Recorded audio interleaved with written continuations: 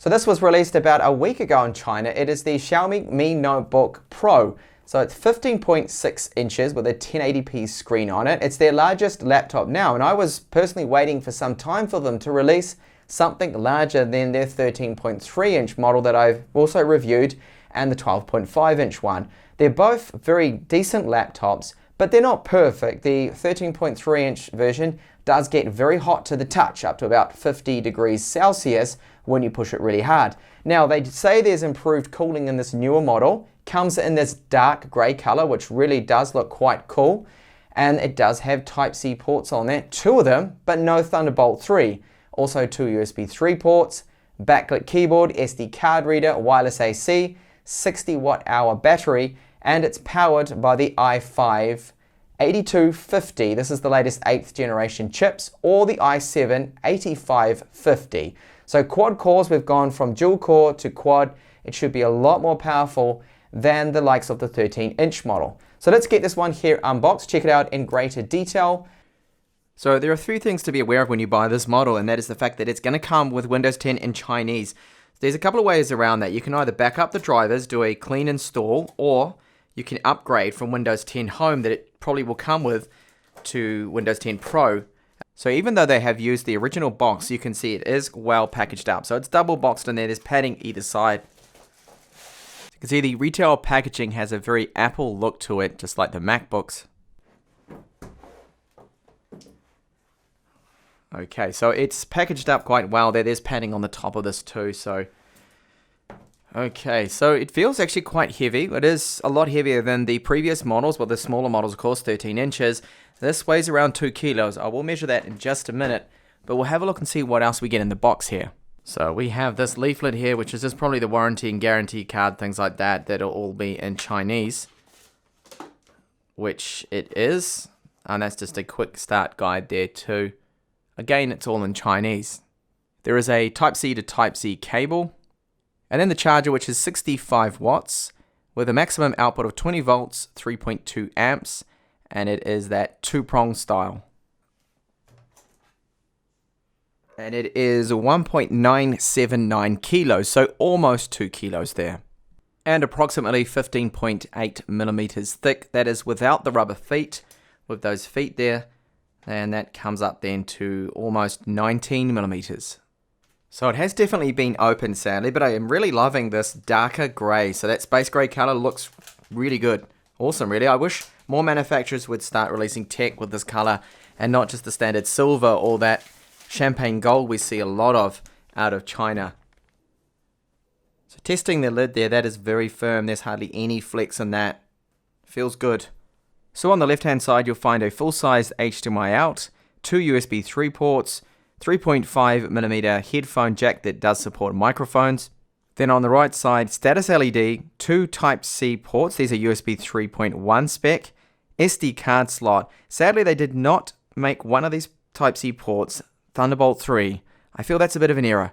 So the vents are along the bottom here. This is the intake vent, and it will vent out just in front of the screen. So the design, the way they have this laid out, exactly like the 13.3 inch version we have along here. Of course, 5 rubber feet. They are propped up slightly higher on the rear, which is good to see. And then there are 9 Torx screws. One's hidden under here. I will open this case off later on and we'll have a look at the internals. Now these grills either side are for the speakers, which are Infinity Harman branded ones with Dolby Atmos. Down the front there's a cutout here for opening it up. Let's have a look and see if it can be opened up one-handed. Which it can. Alright, so a very large touchpad on here. That is really nice, the size of that. I do like the look of this color. This darker gray looks really nice, and then the black keys, of course, different to the silver ones we have on the other models, like the 12.5 inch version and 13.3. You'll notice here we have a fingerprint reader. So there's a little bit of flex there, but really that is not bad at all. I am pushing very hard here. The key travel, they feel like quality keys. Very nice. I can see we've got shortcuts there for the brightness control, volumes, but we do there, print screen. Backlit keyboard, disable the touchpad as well. Now this backlit keyboard will probably be exactly the same as the other models, that after 13 seconds it will turn off, and it's either on or off. There's no in-between settings with the brightness of those keys. So this is a little hard to capture on camera, but the keys aren't exactly 100% flat. It's like they have a little bit of a concave to them, which is a nice touch. So there's a webcam up the top there with two microphones either side. So it's dual array mics. You can just see them, the tiny little holes there either side. The screen hinge feels really firm, a lot more firmer than the likes of the 12.5 or 13-inch models. It really is quite good. No complaints with that. A little bit of flex in the screen there, but nothing to worry about really. There would be some, of course, with such a large screen. Now I've noticed too that there's this plastic lip. It's not rubber like on some laptops from Asus, their ZenBook series, but actually just a hard plastic that goes all around. Now what that will do is prevent that screen from scratching up against the palm rest or the keyboard there. Now this shouldn't take too long. I imagine it's already been set up. I can see that someone's got an account on that admin. And yeah, everything is in Chinese. So first impressions here of the display, it looks decent. It is an IPS panel because if you see the viewing angles, it's not a TN panel, it's not shifting out. I mean, they wouldn't do something that silly, would they? Xiaomi would not put a TN panel into their premium 15.6-inch laptop. But because it is 15.6 inches 1080p, you will see pixels looking at the screen really close. You can see what I mean. I've zoomed right into the Windows Start button there, well, the Home button, and you can see the pixels, individual pixels if you really look close enough. But looking at the screen from a normal distance, because I don't look at the screen that close, it looks like any other 15.6-inch display. However, of course, it's just got a few more reflections because it's covered with glass. And this is also the maximum that the screen will recline back, which isn't bad at all. So the screen, I think I won the lottery here with the IPS bleed or light leakage and glow around the corners because it doesn't seem to have any. Now you'll notice that the blacks on it, they aren't quite as dark as the bezel that's around the outside. You can just make out the difference between the two of them there. Now it is, as I said, super reflective, but also fingerprints, smudges, and all that sort of stuff is showing up on the screen quite quickly with that glass cover. A matte coated screen would probably be a little bit more practical, I feel. So. And if they've got glass on there, well, I normally feel that if they make it a glass screen, why not make it also support touch as well? But that probably would have pushed the price right up. So lowering the brightness now, it's not on 100%. That's about 40 at the moment. So if I increase it right up to 100, sorry, that's the volume. That's 100%. Seems reasonably bright. I'll measure that in my full review. And then dimming it right down here to 0. It's very dark then, and it becomes a reflective mirror. Okay, so I'm trying to add English here, but no luck. It doesn't seem to work. I think you need to actually be in China or something to get it to download the English language pack. So what I'll have to do later on is just upgrade to Windows 10 Pro and then install my language pack. So I have gone into the device manager and we'll have a look there. You can see that's the 8th gen, the newest, latest Intel. So it's the 8250U that I have on here. Now, if you want slightly faster, I don't think it's going to actually be worth it though to get the i7 8550. Well, it depends how hot this gets too. That one will probably generate a bit more heat too, but it clocks up a little bit higher. I think it's about 600 megahertz turbo more that you get on that version, the i7 one. So we have what I think is a Samsung PM961, so that should be nice and fast. I'll benchmark that shortly. And the Fingerprint reader is an ELAN, the same as the Mi Notebook Air 13. Same for the wireless too. So we've got the Intel wireless dual band AC 8265, which is quite a fast chipset too. So just to confirm a couple of things here, you must charge from this port here, not that one. I plugged it in and it actually came up with a pop-up saying use the other port, well, a logo, an icon telling me to do that. SD cards do not sit in flush, and it seems the maximum speed this slot supports, sadly, is only about 30 megabytes per second. Now, my card that I have in there at the moment is a Samsung Pro Plus card, a micro SD, and the adapter here you can see, and it should support almost up to 80 or even faster, so it's a real shame it's not running at the full speed. So my English language pack has installed now, that's downloaded. I have to reboot and everything then should be in English. But while that was going on, I did benchmark the drive here. You can see the results. Now bear in mind that there were things going on in the background, so it could possibly be a little bit faster than this, but that is not the fastest NVMe drive that they have used in this, which is a slight disappointment there, because of course there are drives that go up to around 3000 reads and 1500 sequential writes, but this one, a little bit slower, but still very good performance. Just benchmarking that wireless card here. So my fiber line can do a maximum of 300 megabits per second, and it's getting very close to that, which is impressive because I am about 2 rooms distance away from that router. But I found that the Intel dual band AC 8265 performs really well, and you can see those results there are very decent. Now looking at the RAM configuration here, it says that we have 2 of 2 slots used, form factor SODIMM. However, I think this is incorrect. I hope I'm wrong, because that means we can go along and upgrade the RAM. Hopefully that is the case, crossing my fingers here. The RAM is running at 2400 megahertz, which is good. That's dual channel, of course. Now I did run Geekbench 4 here. We'll have a look at the scores, both the compute score as well. So that's using the GPU. So first up is the CPU score. This is double the speed of the 13.3 inch version with the Kaby Lake i5 7200U.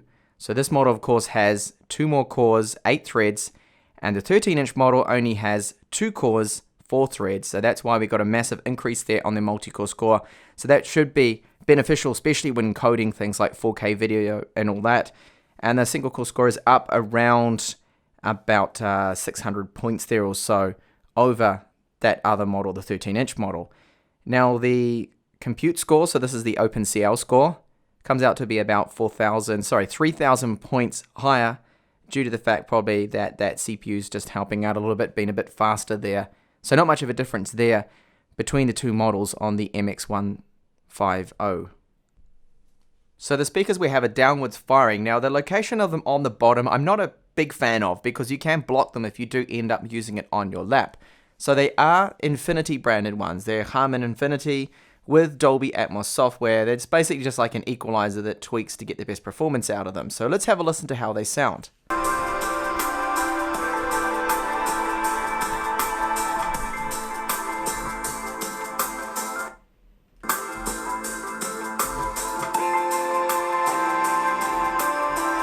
So as you can hear from that quick sample there, they sound really quite good. They got a bit of treble to them, some bass there too as well.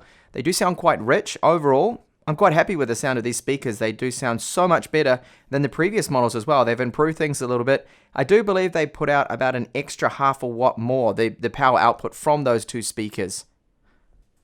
So I've just had a bit of a type on this keyboard, and it does feel really good. This is a great keyboard they have used in it. It's a step up from the ones in the 12.5 inch and 13.3 inch models, definitely. Same goes for this MacBook-like touchpad that is very large. It is really nice to use, this one here. Very good. I do like the feel of this, and I'll go as far as to say it's probably the best touchpad now that I have used in any Chinese device. Same goes for the keyboard, really. It is a really decent keyboard. So here's a look at the backlit keyboard. As you can see, lights up individually each of those keys there, and after 13 seconds it will automatically turn off if you're not using the keyboard. So have a peek at the internals here. It was a little difficult to get the case off just by the fact that the plastic clips all around the outside were on really hard. So to take it off, you need a T5 Torx screwdriver bit. That's the same exact one that they used on the other models there. So we have a 600 watt hour battery. Not a lot of room for it, as you can see, because of the motherboard. 2 cooling fans, the very thin ones, and just the 1 copper pipe there. They're not separated, so they haven't got one just for the CPU, then one for the GPU. So far, thermals have been good. It hasn't got hot to the touch or anything like that, but I do need to push it hard gaming to really find out just how hot it will get, and will it get up to 50 degrees to the touch on the top of it like the 13-inch version? Hopefully not.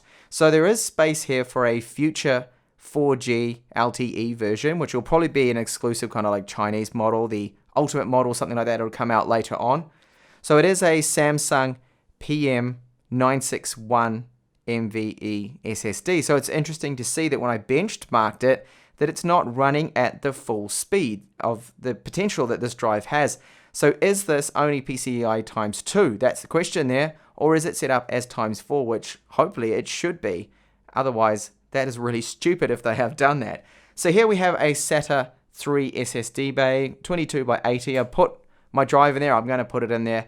So if you want to store like a terabyte of files, then this is the one to do it on a slower storage. Put that in there. It's great to have this option.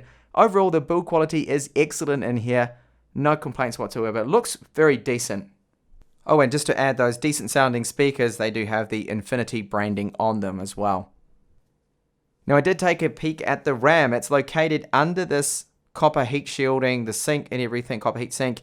We cannot upgrade the RAM. It's not SODIMM. It is soldered to the motherboard, unfortunately. So if you need 16 gigabytes of RAM for editing your 4K videos, then you're going to have to buy the 16 gigabyte version. So the BIOS is pretty much locked out to the end user. There's no real settings we can change in here apart from the boot order. You can set the secure boot to be disabled. You just have to put a password in first. And yes, Linux does run on this system. Okay, so the Mi Notebook Pro is looking very promising here. The panel on it, 1080p panel. So it's not going to be the sharpest, but it is a very decent panel that they have put in this. The brightness seems sufficient enough. I'll have that measured in my full review, but just using it, I'm very happy with this panel. I was a little bit concerned that it could be a very poor panel that they've chosen for this, but it's definitely not the case here, no concerns there. So the touchpad, it's really nice and large. Fingerprint reader incorporated in it does work really well. It's super quick unlocking to get in with Windows Hello. So no typing out your password, simply place your finger there and it goes straight into Windows. Now the keyboard, this is a step up from the previous model. So the 12.5 inch and the 13.3 inch models, their keyboards are good. They're very nice keyboards, backlit as well, but they're silver. Now we've got this black one with the contoured kind of keys, and it just feels so much better. The feedback you get from it, typing on it, the travel as well has improved a little bit. Really, really nice keyboard. This is perhaps one of the best touchpad and keyboard combinations that I have used on a Chinese device at least. So the thermals and temperatures and battery life and gaming performance, video encoding and all that will be tested all in the final review. I will have a separate gaming review of this model here just to see also how hot it's going to get. That's one area of concern I do have. So I found a couple of minor cons here, and that is that the SD card doesn't sit right in, and it's not running at full speeds. It's only limited to about 30 megabytes per second read and writes, which is not good for transferring large files. I'm going to have to use my USB 3 adapter for that for my SD cards. So no, it's not a massive issue there. The other thing is that the PM961, that Samsung SSD, doesn't seem to be performing at the full PCIe x4 speeds. Not sure what's up with that. I'll have to investigate that a little bit more. And really that is about it. The sound quality out of those Infinity Harman speakers, they do sound really decent. They're quite rich. They've got some bass to them, some treble as you heard from my sample. And overall it's shaping up to be a really good notebook. It is a bit heavier compared to definitely the 13-inch model, so pushing almost 2 kilos. You do notice that, but the weight is distributed quite well. And so far, thermals, touching it, it hasn't got hot to the touch like the Mi 13 would have by now, but of course in my gaming review I'm pretty sure that I will find out very quickly whether it will overheat or not.